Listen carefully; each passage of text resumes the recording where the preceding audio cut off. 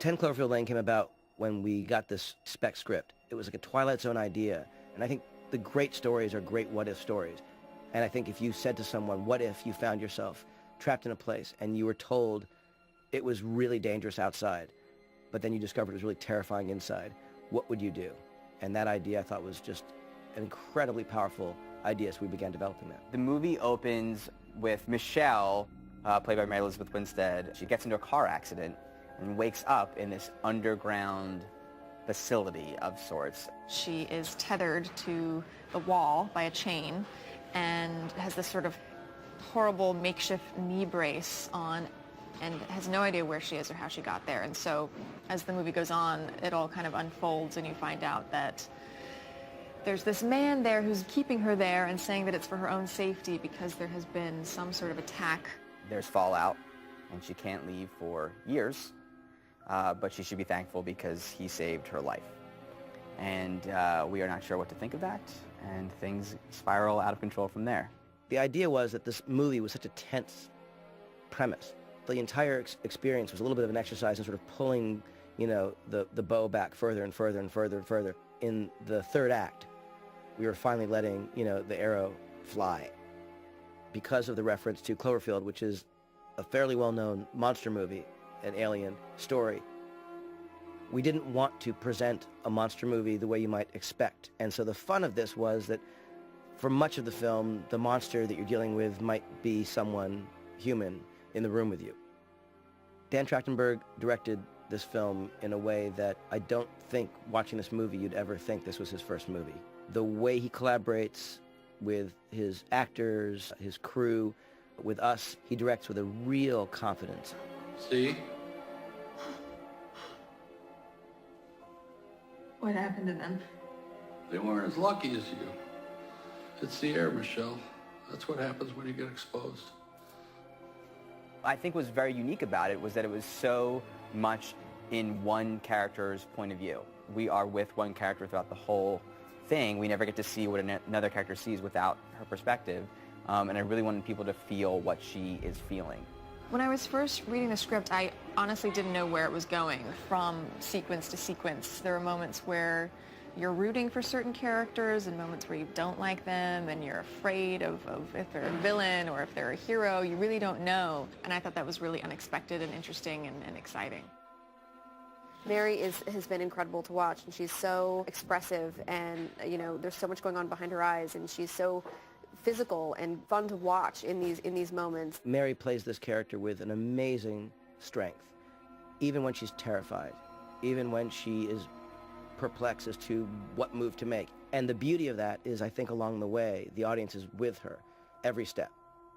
You really see somebody going through this and reacting in a way that a normal person would. In a lot of these type of movies, I think we've seen kind of the cliche movie version of things, and I think Michelle is very level-headed and very human throughout the whole film. The role is very quiet. The character actually doesn't speak that much in the movie, so her performance has to be so subtle, and she has to convey so much with just her body and her face and what's going on inside her head.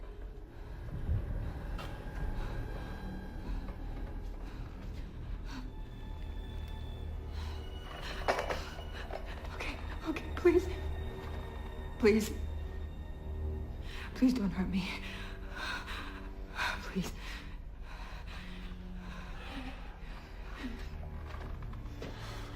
Just let me go, okay? I won't tell anybody. I promise. Okay, please just let me go. Please. You need fluids. You were in shock. What are you gonna do to me? I'm going to keep you alive. The thing that was very important for us in looking at who to cast for Howard is that we didn't want him to feel mustache twirly. And someone who at first we might not trust, and at first we might think is crazy, but as the story progresses, we might think, maybe he's got a point. Maybe we are the crazy ones. John Goodman does that so well. He is so convincing and can say things with such conviction to make you believe what he's saying, and then and the turn of a switch is terrifying, and you have no idea what he is thinking. To have an actor like John Goodman, who is so seemingly endlessly versatile, so funny, so likable, but playing a guy who is at turns perhaps the most unlikable person you'll know, the most frightening person you might know. To have John Goodman doing that elevates the role. I've never played a character quite like this before. So close to my actual person. And yeah, so it's interesting. I don't have to do anything. Got a little loose wiring in his head, the character does, so he's overly concerned about being wiped out by forces unknown, and he obsesses with it, and he's a very careful man. We see him initially through Michelle's eyes, and it turns out that he actually ran Michelle off the road for whatever reason. He'd had another girl down here before who was no longer here. You don't know exactly what happened to her, but nothing good. And then it turns out that there are Martians out there. That's what we're calling. That's what I call them. Sorry about that. I didn't mean to scare you. Are you, are you hungry? Emmett was another tough role, and I think that, Michelle and Howard, we had a good sense of who those characters were from pretty early in the process. Emmett was always kind of in flux, and, once we cast John, I feel like he's really become a singular, unique character, and Howard is the alpha in the bunker, so he has to kind of defer a little bit to him, and he's able to do that, not in a broad way at all, but in a way that really makes sense for the movies. We also wanted him to bring some of the comic relief to the movie, and he's done an incredible job of that, sort of ad-libbing some things and just bringing his energy to the scenes, and just the look on his face in certain scenes kills me. He's so funny, and his reaction to things, and it's bringing a lot of life to our movie that, just wasn't on the page, to have him be the guy saying those words and sitting in those scenes. John Gallagher Jr., who is someone I loved in Short Term 12 and Newsroom, he makes it look so easy. But it takes, I think, an incredibly sharp actor to play a character like that and make him as authentic and likable as John does. I really just related to the idea of somebody trying their darndest to keep up appearances and kind of keep a little bit of brightness and happiness in the face of kind of uncertainty and tragedy and the unknown of what really is going on. And I think he also feels a sense of wanting to make things easier for Mary's character, Michelle. I think sees that this is a very kind of overwhelming and intense environment, and John's character, Howard, is a very intense and overwhelming personality. And I think Emmett, my character, his role is to kind of disarm and comfort Mary's character to a certain extent. On such a personal kind of movie, really, it's rare that you get to do a project like this where it's really just 3 actors the whole time. If you're gonna get stuck in a bunker with a couple people, then Mary Elizabeth Winstead and John Goodman, Dan Trachtenberg, our director, it's not a bad group, really.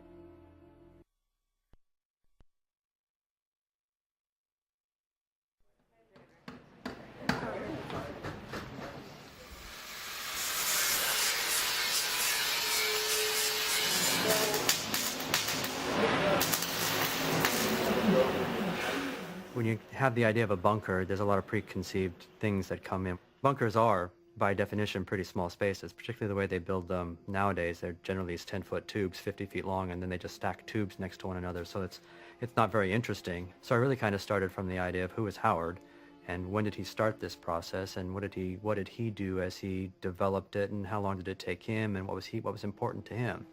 And it kind of came down to the idea that what was important to Howard was making something safe for his family. That's everything kind of springs from that idea. And I thought it gave an interesting opportunity to create a world that was going to be as much of a character as any of the characters written on the page. And this was a chance to really create something that had something to talk about. Some of the designs, I should say, do come from really idiosyncratic people's structures that they've built. There's an image that we found early on of an old man in his bunker sitting, on a rocking chair with carpeted floors and the curved wall. We definitely took inspiration from those interesting folk. In general, it's basically all built out of wood. I mean, it's really just it's a wood set, and then to get the various textures, we've got great scenics, and so they take the plaster and they paint it to look like cement. So all of that's all those steps of that process. It's always great to see the stuff on paper become fully realized and dimensionalized. And it's funny because Jeff and I, the DP, have been talking, and I keep complimenting him on the lighting, because it's my sense that you can do whatever you want to do and put the most expensive, gorgeous set in the world in front of the camera, and then if it's not lit particularly well, it can look awful. And he has lit this beautifully.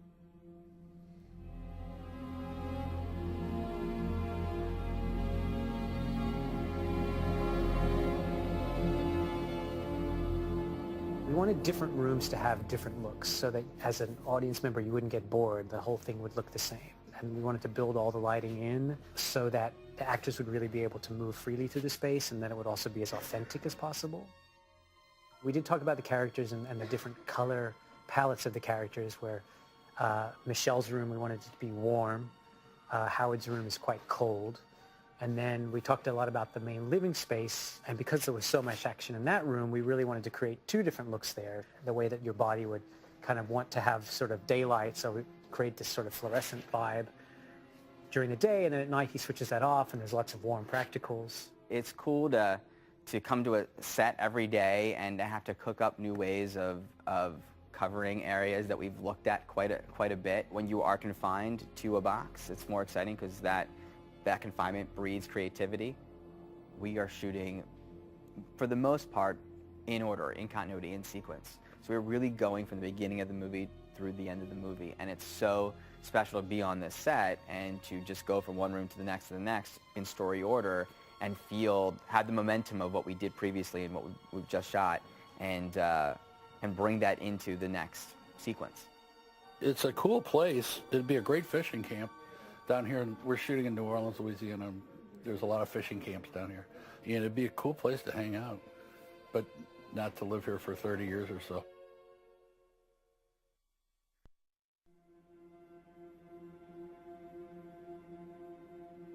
It was amazing how many times in doing press for other projects, I would be asked about Cloverfield. You know, when's the sequel coming? Are you doing a sequel? What about Cloverfield 2?